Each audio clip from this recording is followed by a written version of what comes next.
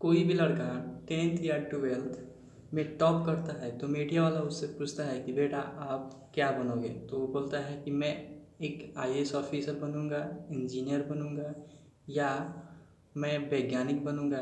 जो भी उनका ड्रीम होता है वो बताते हैं, लेकिन वो ड्रीम को पता है उससे पहले हम लोग को एक एग्ज़ाम से गुजरना होता है जिसका नाम है कॉम्पिटिटिव एग्ज़ाम। ठीक है, तो कॉम्पिटिटिव के एग्ज़ाम के लिए हम लोग को तैयारी करना होता है। उसके बाद में हम लोग एग्ज़ाम में बैठते हैं। उसके बाद में उस एग्ज़ाम को क्रैक करना होता है। जो क्वेश्चन 10th लेवल से लेकर पूरे ग्रेजुएट लेवल तक का क्वेश्चन आता है, अगर जो स्टूडेंट 10th में अगर अच्छे से पढ़े होते हैं तो उनको जीके का नॉलेज बहुत अच्छा होता है, जिसके कारण वो जल्द ही अपना ड्रीम अचीव कर लेते हैं। तो जो लड़का का अगर 10th या 9th 12th का जीके अगर अच्छा हो तो वो आगे कोई भी एग्ज़ाम क्रैक कर सकते हैं। तो मैं आप लोग से 10th के स्टूडेंट से यही रिक्वेस्ट करेंगे कि आप लोग इसका जितना ऑब्जेक्टिव क्वेश्चन हो सके आप लोग इसको अच्छे से याद कर लीजिए और इसको आगे भी याद रखिए। ये नहीं कि आप सिर्फ 10th के एग्ज़ाम में ही के लिए इसको याद रखें उसके बाद भूल जाएं, ऐसा नहीं करें, क्योंकि ये बहुत बड़ा गलती करेंगे आप लोग आगे चल के। क्योंकि इसी की तैयारी के लिए कोई लड़का पटना, कोटा, दिल्ली कहीं भी जाते हैं जिसकी तैयारी के लिए बहुत बड़ा फ़ी पे करना होता है। तो अगर आप 10th क्लास में अगर अच्छे से सारे सब्जेक्ट का आप ऑब्जेक्टिव क्वेश्चन याद कर लेते हैं तो आपको कॉम्पिटिटिव की तैयारी करने की उतनी ज़रूरत नहीं पड़ेगी।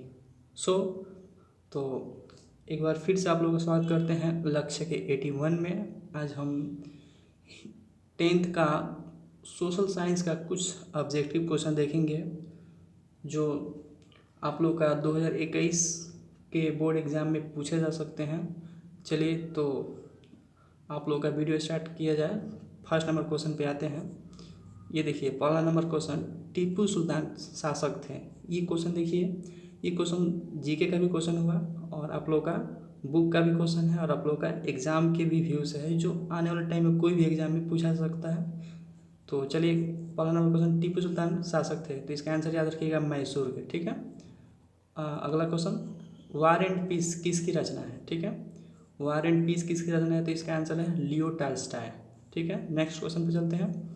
अंतर्राष्ट्रीय महिला दिवस किस तिथि को मनाया जाता है। ठीक है, ये सबको मालूम है, 8 मार्च याद रखिएगा। अंतर्राष्ट्रीय महिला दिवस कब मनाया जाता है तो 8 मार्च। नेक्स्ट क्वेश्चन है 4 नंबर, अंगार वाल्ट का मंदिर निर्माण किस शासक के द्वारा करवाया गया था। ठीक है, जो ये अंकोरा वाट यहाँ पे बोला जाता है लेकिन अंगार वाल्ट भी के नाम से भी जाना जाता है। तो ये जो है इस मंदिर का निर्माण सूर्यवर्मन द्वितीय ने करवाया था। ठीक है, अगला क्वेश्चन पे चलते हैं, जालियांवाला बाग हत्याकांड कब हुआ था।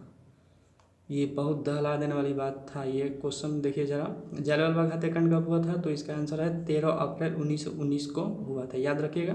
नेक्स्ट क्वेश्चन, वेदों की ओर लौटो किसने दिया था तो स्वामी दयानंद सरस्वती, याद रखिएगा। वेदों की ओर लौटो किसका नारा था तो ये स्वामी दयानंद सरस्वती। नेक्स्ट क्वेश्चन, सविनय अवज्ञा आंदोलन किस यात्रा से शुरू हुआ था तो इसका आंसर हो जाएगा 1930। अगले क्वेश्चन पे चलते हैं, Tata iron and steel company की स्थापना की गई 1907 में, याद रखिएगा। नेक्स्ट क्वेश्चन पे चलते हैं, भारतीय संविधान के अनुच्छेद 19 में देश के सभी नागरिकों को कौन सा मूल अधिकार दिया गया तो इसका आंसर है स्वतंत्रता का अधिकार। ठीक है, नेक्स्ट क्वेश्चन पे चलते हैं, गुटेनबर्ग का जन्म हुआ था जर्मनी में हुआ था। ठीक है, नेक्स्ट क्वेश्चन, किसने कहा संसाधन होते नहीं बनते हैं तो इसका आंसर हो जाएगा महात्मा गांधी। वीवीआई क्वेश्चन है बोर्ड एग्जाम के व्यू से। अगला क्वेश्चन, सौर ऊर्जा निम्नलिखित में से कौन सा संसाधन है। सौर ऊर्जा निम्नलिखित में से कौन सा संसाधन है तो इसका आंसर हो जाएगा नवीकरणीय। ठीक है, नेक्स्ट क्वेश्चन है, बृहद क्षेत्र में जल की उपस्थिति के कारण ही पृथ्वी को कहते हैं, क्या कहते हैं इसका आंसर याद रखें नीला ग्रह। ठीक है, जिसको पृथ्वी को नीला ग्रह के नाम से भी जानते हैं। नेक्स्ट क्वेश्चन, भारत का राष्ट्रीय पंछी है आपको लोगों को याद होगा मोर। ठीक है, नेक्स्ट क्वेश्चन में बढ़ते हैं, यूरेनियम का प्रमुख उत्पादक केंद्र है जादूगोड़ा। ठीक है, याद रखिएगा। नेक्स्ट क्वेश्चन, प्राथमिक ऊर्जा का उदाहरण कौन सा नहीं है? इसका आंसर है कोयला। ठीक है। निम्नलिखित उद्योगों में से कौन सी कृषि पर आधारित नहीं है? तो सीमेंट जो है कृषि पर आधारित नहीं है। संजय गांधी जैविक उद्यान किस नगर में स्थित है? पटना में। ठीक है। अगला क्वेश्चन है, निम्नलिखित नदियों में से किसे बिहार का शोक कहा जाता है? तो इसका आंसर है हम लोग का कोसी नदी। ठीक है। नेक्स्ट क्वेश्चन पे चलते हैं, चावल। चावल कौन सा फसल है, खरीफ या रबी? तो इसका आंसर हो जाएगा खरीफ। ठीक है। 21 नंबर क्वेश्चन पे चलते हैं, सूचना का अधिकार अधिनियम कब लागू हुआ था? तो इसका आंसर हो जाएगा 2005 में लागू हुआ था। याद रखिएगा, सूचना का अधिकार अधिनियम कब लागू हुआ था? तो 2005 में। नेक्स्ट क्वेश्चन, पंचायती राज व्यवस्था सर्वप्रथम किस राज्य में लागू किया गया था? ठीक है। तो इसका आंसर याद रखिएगा राजस्थान। बहुत इंपॉर्टेंट क्वेश्चन है, बहुत बार पूछ चुका है ये क्वेश्चन। नेक्स्ट क्वेश्चन चलते हैं, सांप्रदायिक राजनीति आधारित होती है धर्म जाति पे। ठीक है। याद रखिएगा इसका आंसर। भारतीय संविधान के अनुच्छेद 19 में देश के सभी नागरिकों को कौन सा मूल अधिकार दिया गया है? तो इसका आंसर है स्वतंत्रता का अधिकार। ठीक है। नेक्स्ट क्वेश्चन चलते हैं, भारतीय जनता पार्टी की स्थापना कब हुई थी? तो इसका आंसर याद रखिए 1980। नेक्स्ट क्वेश्चन चलते हैं, बोलीविया में जनसंघर्ष का मुख्य कारण था पानी की कीमत में वृद्धि। ठीक है। इसका आंसर याद रखिएगा, बोलीविया में जनसंघर्ष का मुख्य कारण था तो पानी की कीमत में वृद्धि। नेक्स्ट क्वेश्चन, राजनीतिक दलों की मान्यता और उसका चिन्ह किसके द्वारा प्रदान किया गया? तो इसका आंसर है निर्वाचन आयोग। लोकतंत्र की सफलता निर्भर करती है, इसका आंसर याद रखिएगा नागरिकों की विवेकपूर्ण सहभागिता। वर्तमान में नेपाल की शासन प्रणाली क्या है? इसका आंसर हो जाएगा लोकतंत्र। ये भी बहुत इंपॉर्टेंट क्वेश्चन है। नेक्स्ट क्वेश्चन पे चलते हैं, निम्न में से किस को प्राथमिक क्षेत्र कहा जाता है? तो कृषि क्षेत्र को याद रखिएगा, बहुत अच्छा क्वेश्चन है।